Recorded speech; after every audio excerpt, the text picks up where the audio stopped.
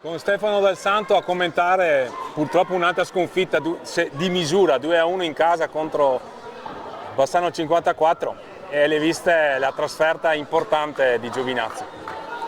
Sì, difficile un po' commentare perché stiamo lavorando tanto e penso anche bene, arriviamo sempre a fare penso grandi prestazioni, poi il risultato però non ci premia e alla fine adesso come adesso è quello che conta. Certo.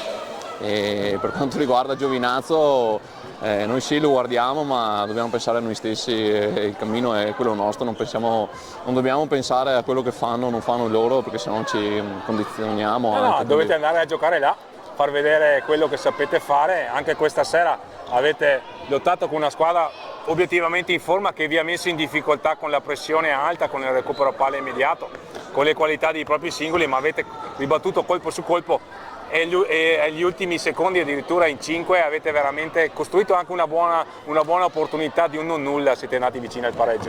Sì, loro sono cambiati, diciamo, sono penso migliorati in più aspetti rispetto all'andata.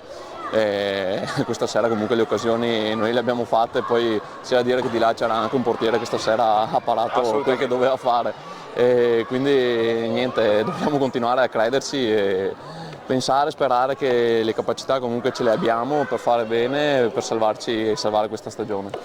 Tu hai già giocato partite come quella che si profila a Giovinazzo, e come se ne esce, come si vive in settimana una partita così?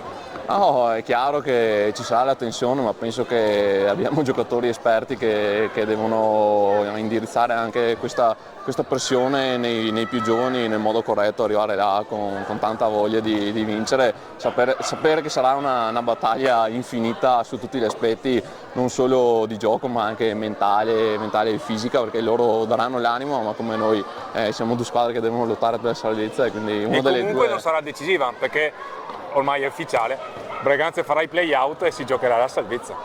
No, chiaro, non sono queste le partite da decidere, ci saranno tutti i play-out, ma noi prima facciamo punti e prima mettiamo in cassaforte la salvezza. Questa sera non sei entrato in pista con Aurora, ma ti aspetta magari per un abbraccio quando tornerai a casa, no? Sì, sicuramente sveglia. Sì.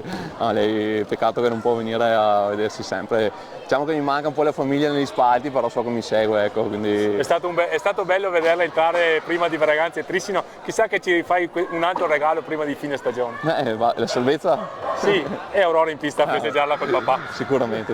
Grazie Stefano, in bocca al lupo e buona settimana di lavoro. Grazie.